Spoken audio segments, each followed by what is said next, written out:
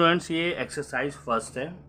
इसमें दिया है अभाज्य गुणनखंड के रूप में लिखो, express as a product of prime factors. तो ये 156 है। आप क्या करेंगे, 156 के फैक्टर्स कर लेंगे।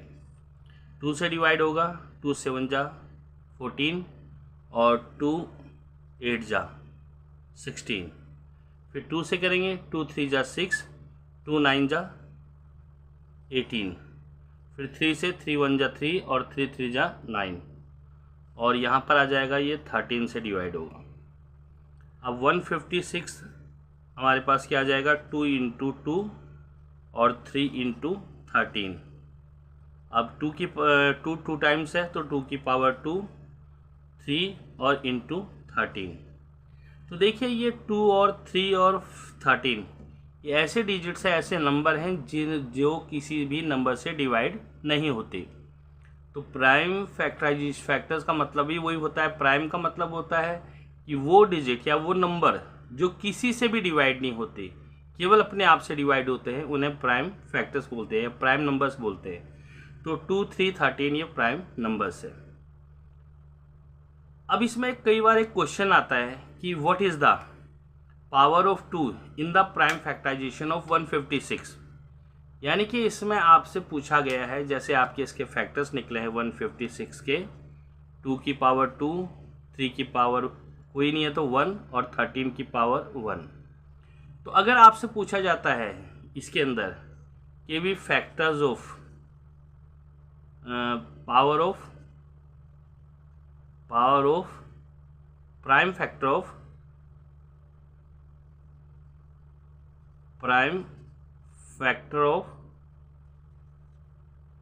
अगर आपसे पूछा जाता है 2 का क्या है, तो 2 की पावर 2 है, इसका आंसर आपका 2 आ जाएगा।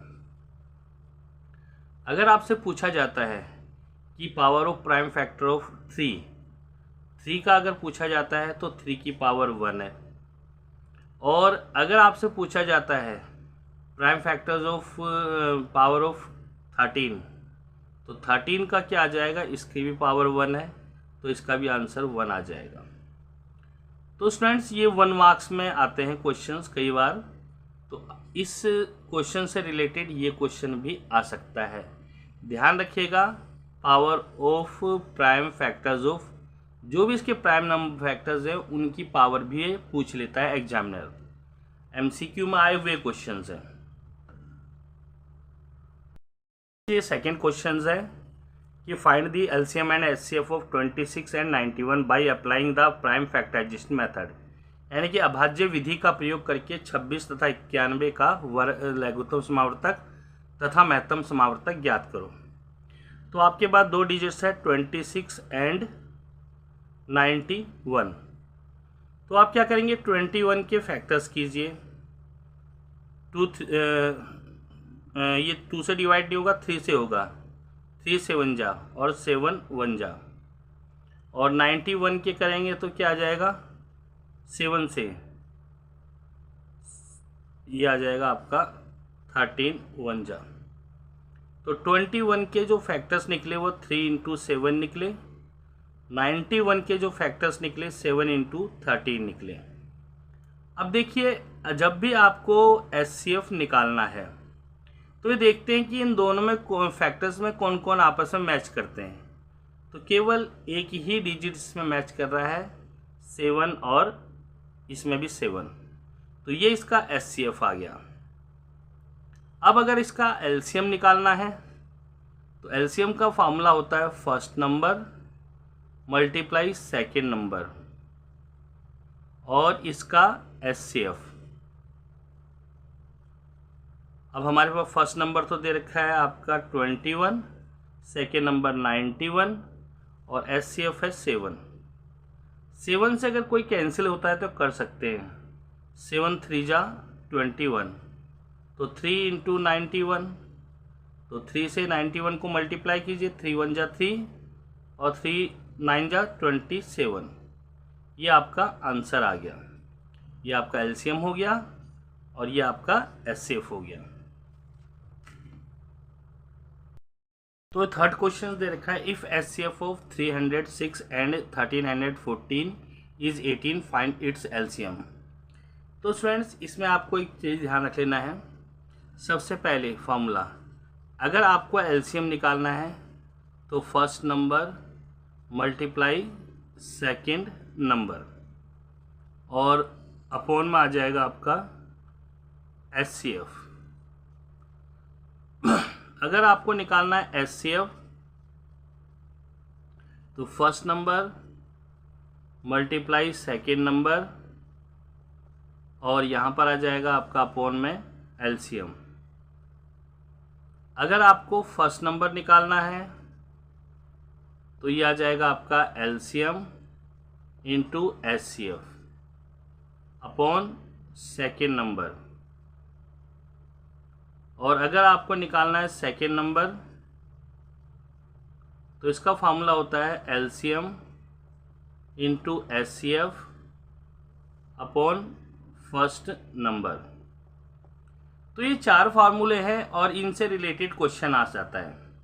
आपके पास LCM, first number, second number, HCF 4 चीज़ें हैं, तो कोई सी 3 देगा और आपको फोर्थ निकालने के लिए कहेगा। अगर आपसे एलसीएम पूछे तो ये फार्मूला लगाना है आपको, एचसीएफ पूछे तो ये फार्मूला, फर्स्ट नंबर पूछे तो ये, सेकेंड नंबर पूछे तो ये। अब क्वेश्चन में हमें इसको ये तो 4 फार्मूले आपको याद रखने पड़ेंगे, बहुत इजी है। अब हमें गिवन है, इस क्वेश्चन के अंदर हमें गिवन है, आपको दे रखा है फर्स्ट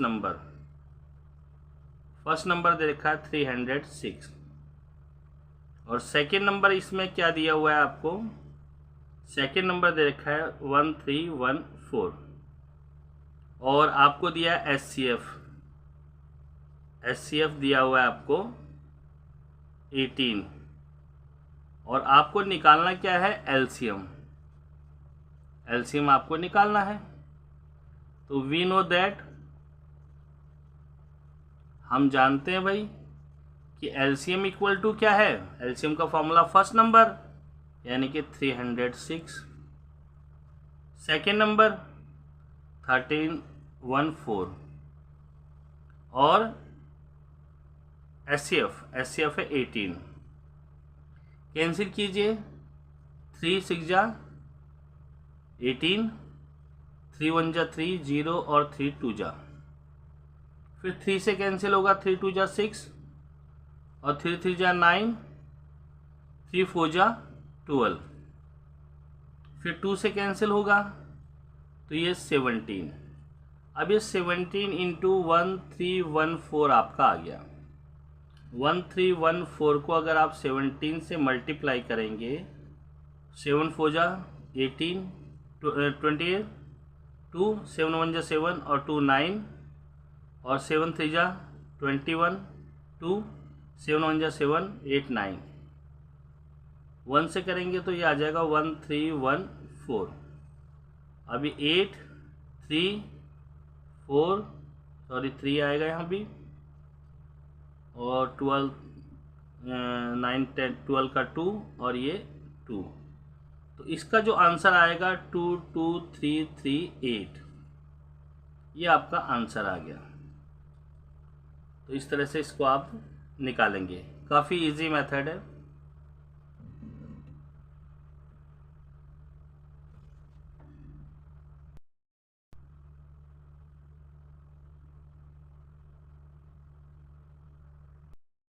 तो अगला क्वेश्चन दे रखा है, find the HCF and LCM of 42 and 72, also verify LCM into HCF और प्रोडक्ट ऑफ 2 नंबर।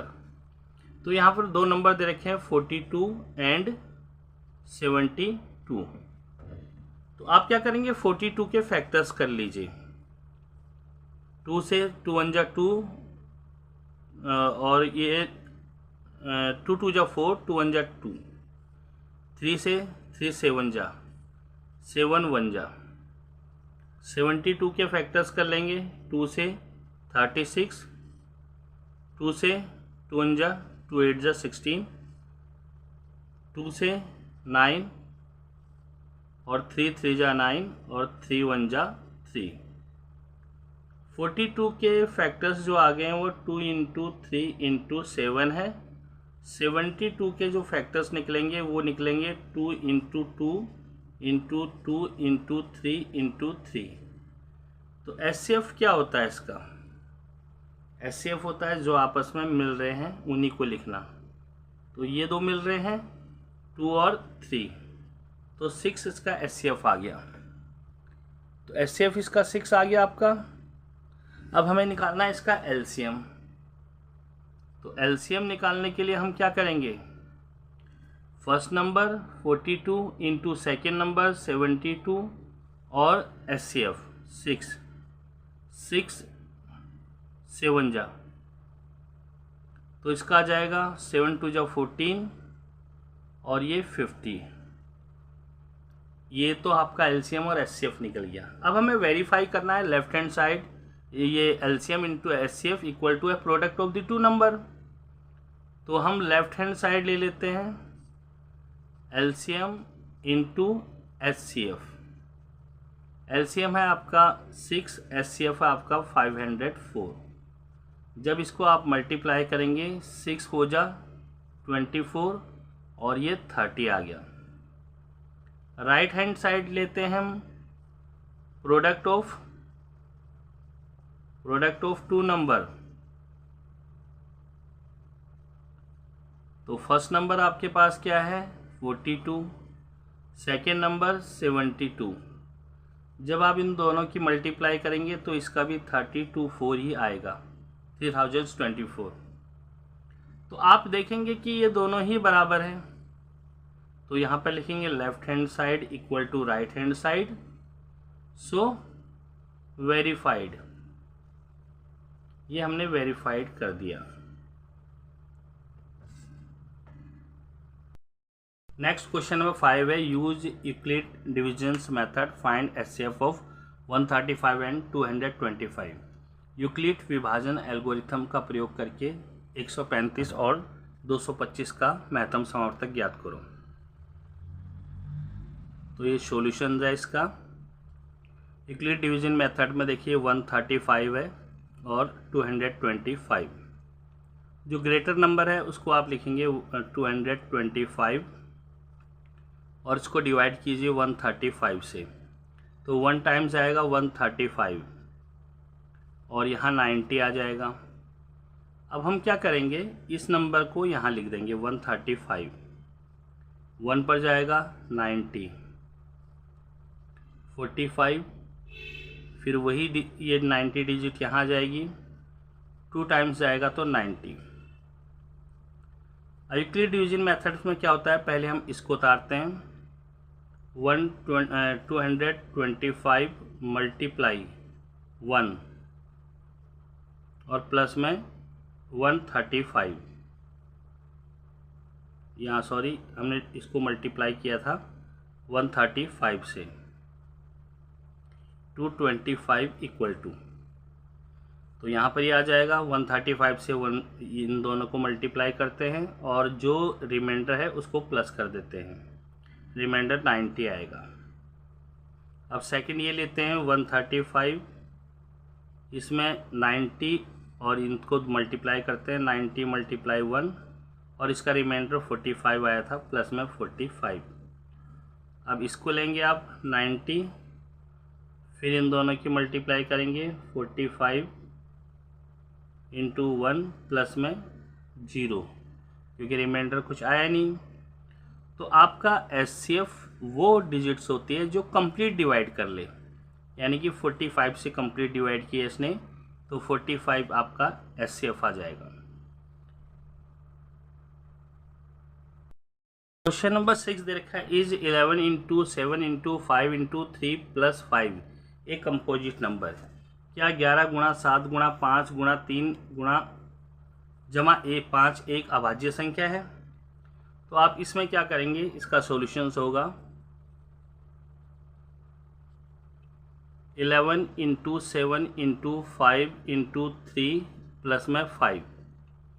देखिए ये आपस में मल्टीप्लाई में है, ये प्लस में है, तो इन दोनों में कुछ कॉमन ले लेंगे, तो 5 कॉमन आ गया इसमें। 11 इंटू 7 इंटू 5 कॉमन आ गया, तो 1 इंटू 3 और प्लस में ये 5 भी कॉमन आ गया, ये आ जाएगा 5। जब आप इन तीनों को मल्टीप्लाई करेंगे तो 221 आ जाएगा, प्लस में 1 5, ये आ जाएगा 222 का जो प्रोडक्ट होगी वो होगी आपका 5 2 जा 10, 5 2 जा 10 11, 5 2 जा 10 11।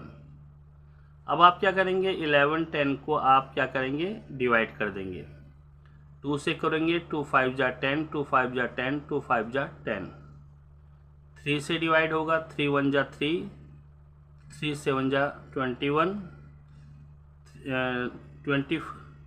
3 8 जा 24 और 3 5 जा 15।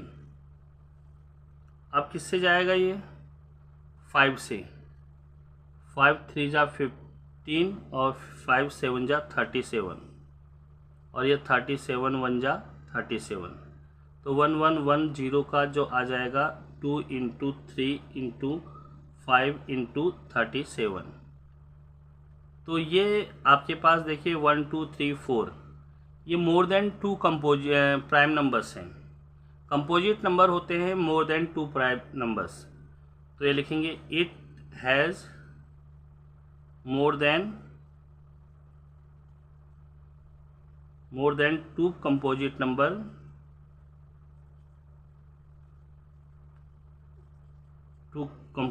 Number,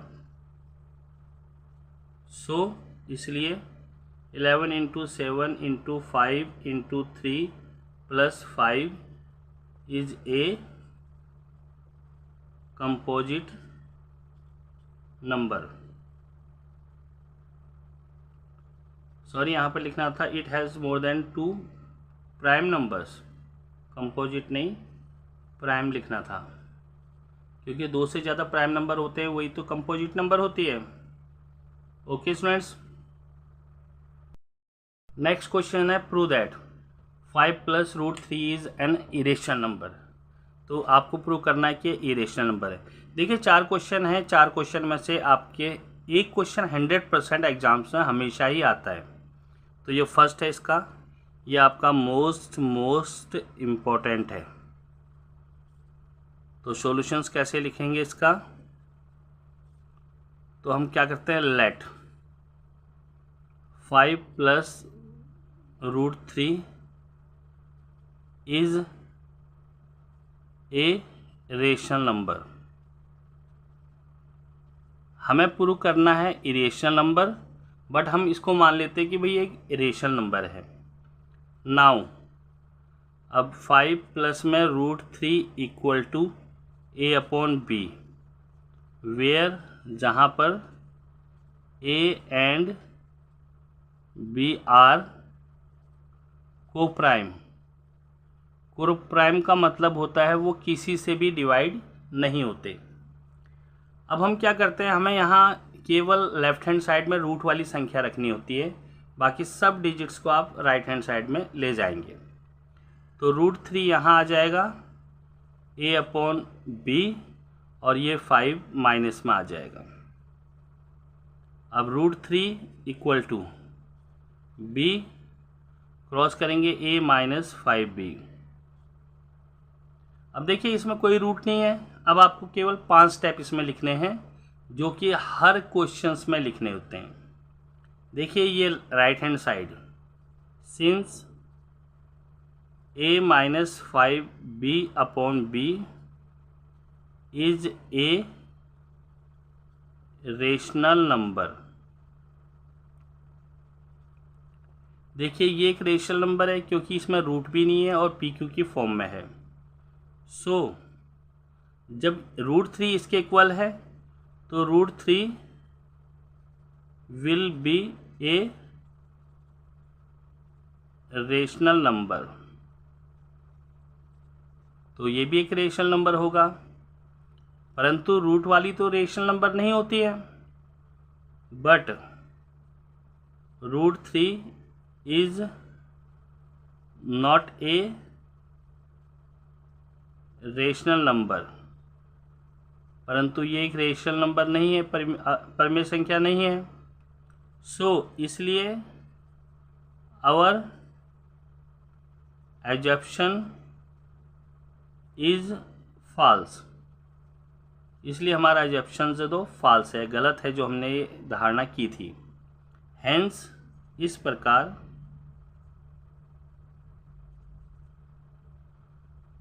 5 + √3 is an irrational number, तो ये एक इरेशनल नंबर है।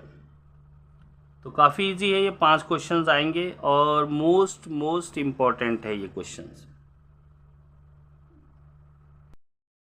नेक्स्ट क्वेश्चंस ये भी आपका मोस्ट इम्पॉर्टेंट है, इसका सॉल्यूशंस देखिए।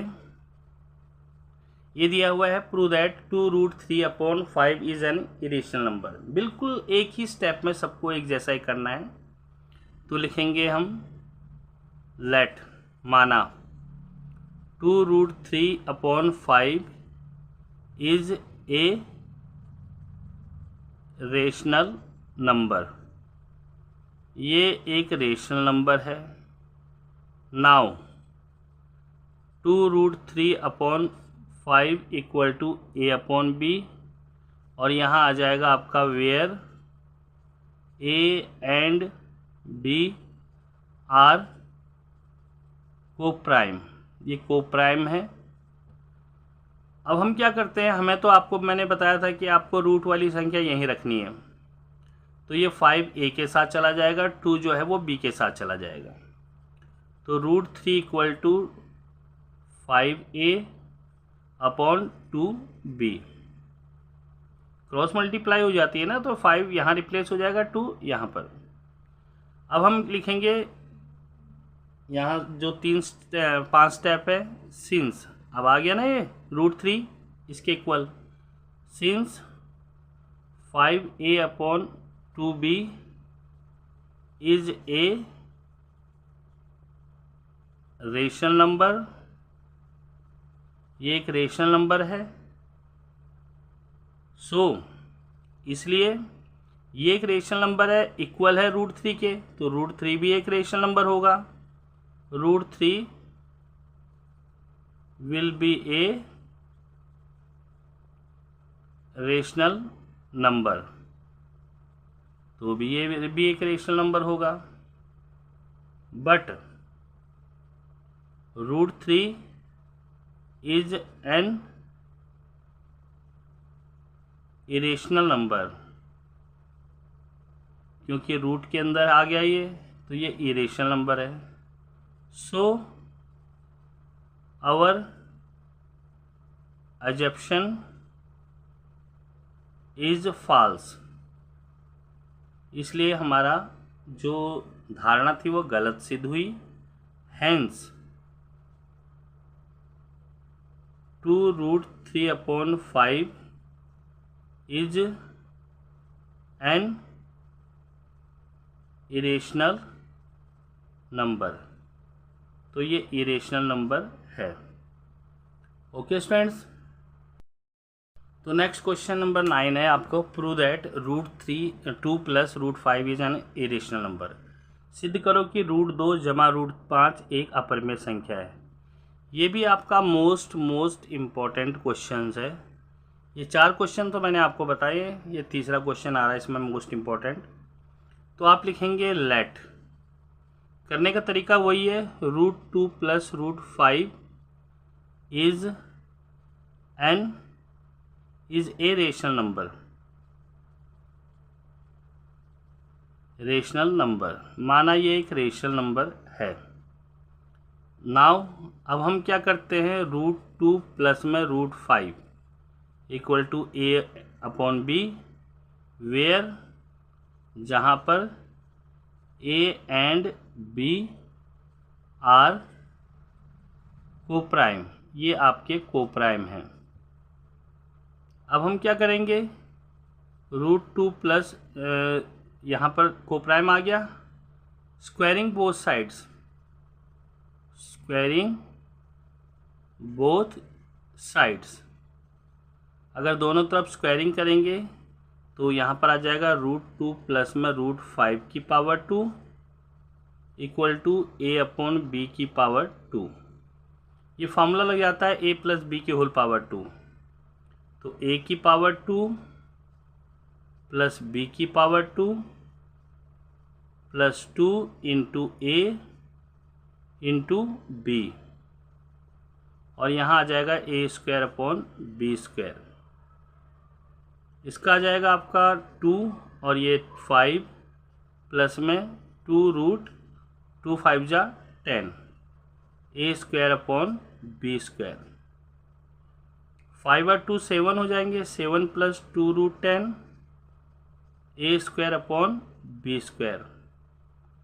2 root 10 a square upon B square, और 7 इधर जाएगा माइनस का 7 अपॉन 1। 2 रूट 10 इक्वल टू आ जाएगा, इसको मल्टीप्लाई करेंगे तो बी स्क्वायर, क्रॉस करेंगे a square minus 7 B square. तो आपका ये आ गया। अब हम क्या करेंगे, यहाँ पर तो हमें केवल रूट की संख्या रखनी है, तो यहाँ लिखेंगे root 10 equal to A square minus 7 B square upon B square. अब देखिए वही सिचुएशन आ गई, ये पी क्यू की फॉर्म में आ गया, ये रूट की संख्या आ गई। अब वही 5 स्टेप लिखने हैं आपको। A square since a square minus 7 B square upon B square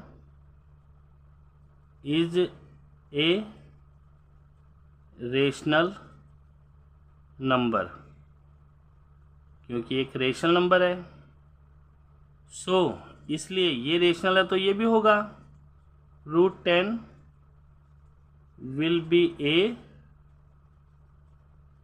rational number, ये भी एक रेशनल नंबर होगा। बट परंतु root 10 is not a rational number, so our assumption is false, इसलिए हमारा जो assumption है वो false है। hence यही 5 step, hence root 2 plus root 5 is an irrational number. तो इस तरह से ये आ जाता है क्वेश्चंस, काफ़ी इजी है। और ये 5 स्टेप तो आपको मैंने बताया हर स्टेप में आते हैं, इसे लर्न कर लेना आप अच्छी तरह। क्वेश्चन नंबर 10 आपको दे रखा है, prove that root 3 is an irrational number. तो रूट 3 आ जाता है, कभी रूट 2, कभी रूट 5, इस तरह से। ये आपका मोस्ट इम्पॉर्टेंट क्वेश्चंस है, पेपर में बहुत आता है ये क्वेश्चंस। तो आपको स्टेप वही है उसी तरह, यहाँ लिखेंगे let root 3 is a rational number. मान लीजिए ये एक रेशनल नंबर है। Now root 3 equal to A upon B, where A and B are coprime, ये आपके कोप्राइम हैं। अब हम क्या करेंगे, squaring both sides, squaring both sides. तो ये रूट 3 की पावर 2, और यहाँ पर आ जाएगा आपका ए स्क्वायर अपॉन बी स्क्वायर।